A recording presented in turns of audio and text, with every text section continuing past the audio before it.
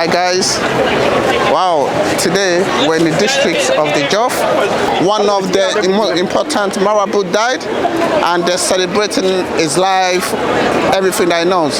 Marabouts are people that are very knowledgeable in the Quran. So obviously when they become so knowledgeable, they teach the whole country, teaching people and everything. So today we're going to be walking through the city of Jof. The energy, everything is very fantastic. So come on guys, let's go. It might be quite noisy, but we'll see what we can do. So you're gonna see a lot of the Senegalese are very, very camera shy. You'll probably be seeing a lot of people covering their face, walking past. So there's a lot of traffic as well.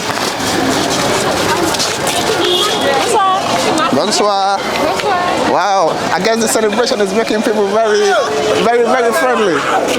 Usually, throughout my whole time of being here, everyone is always so mean, covering their face and everything.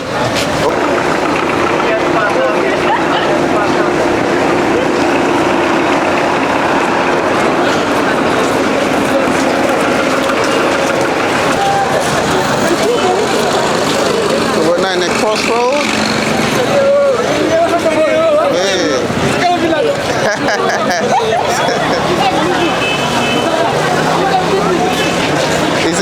It's a shame I'm not speaking French or Wolof because everyone here speaks Wolof and I'm not speaking none. So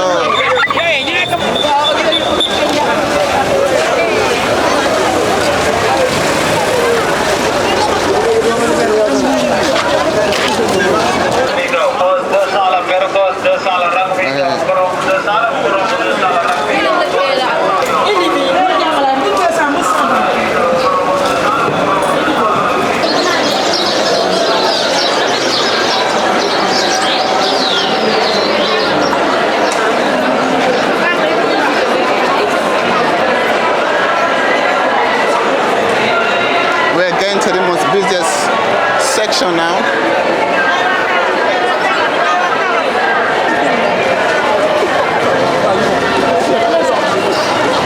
So here we are.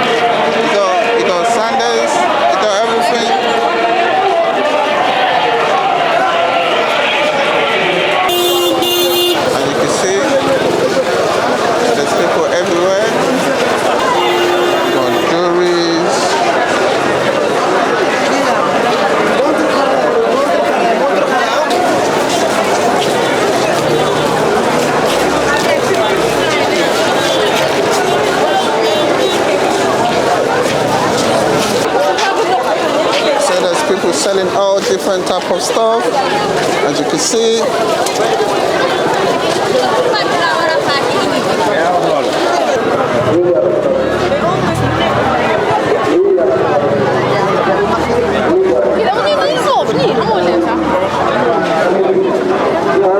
So these are the guys.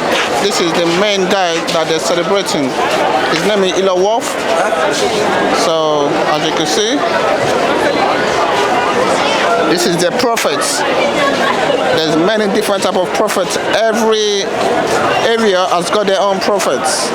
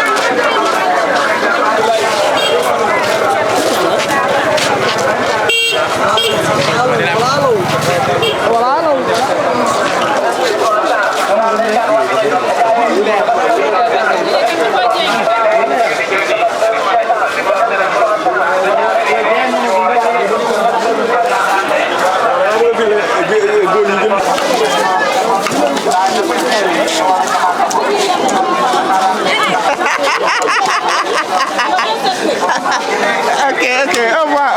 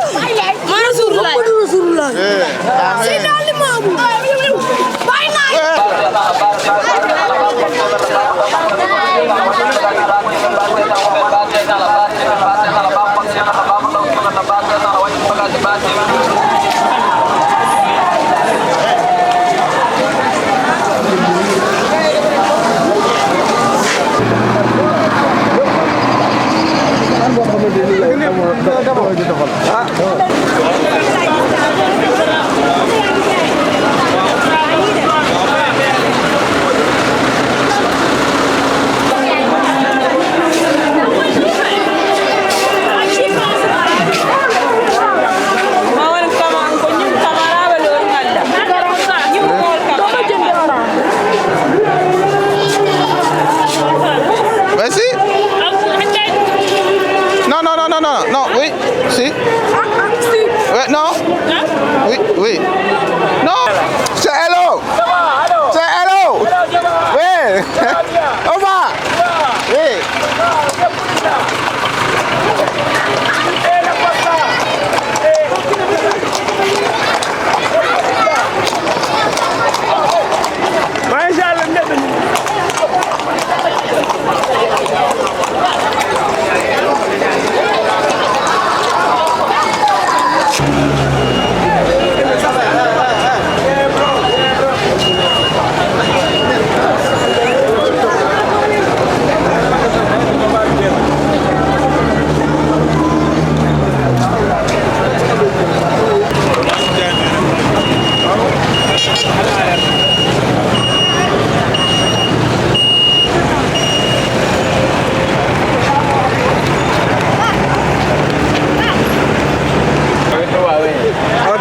Il fait du café Touba alors? Yeah, I love Café Touba. Ouais, café Touba, I love café Touba, ouais.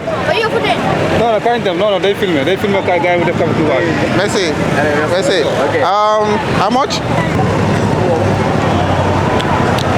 Woo. Nice. Merci. How much? Huh? No.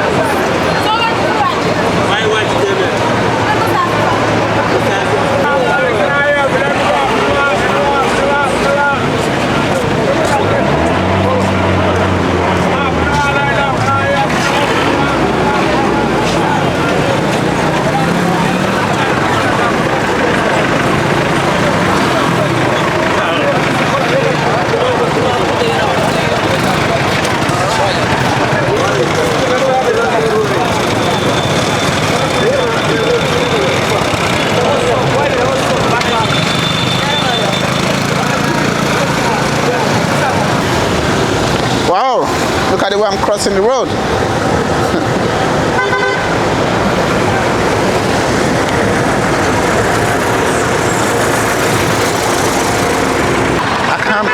what this guy is doing. He's reversing, you know. Bad.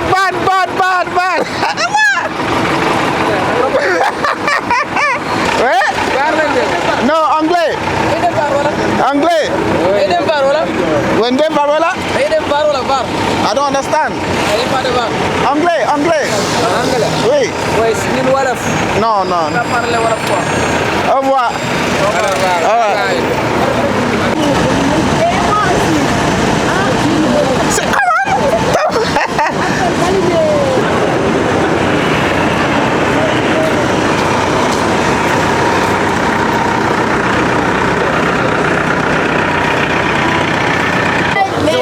Oui.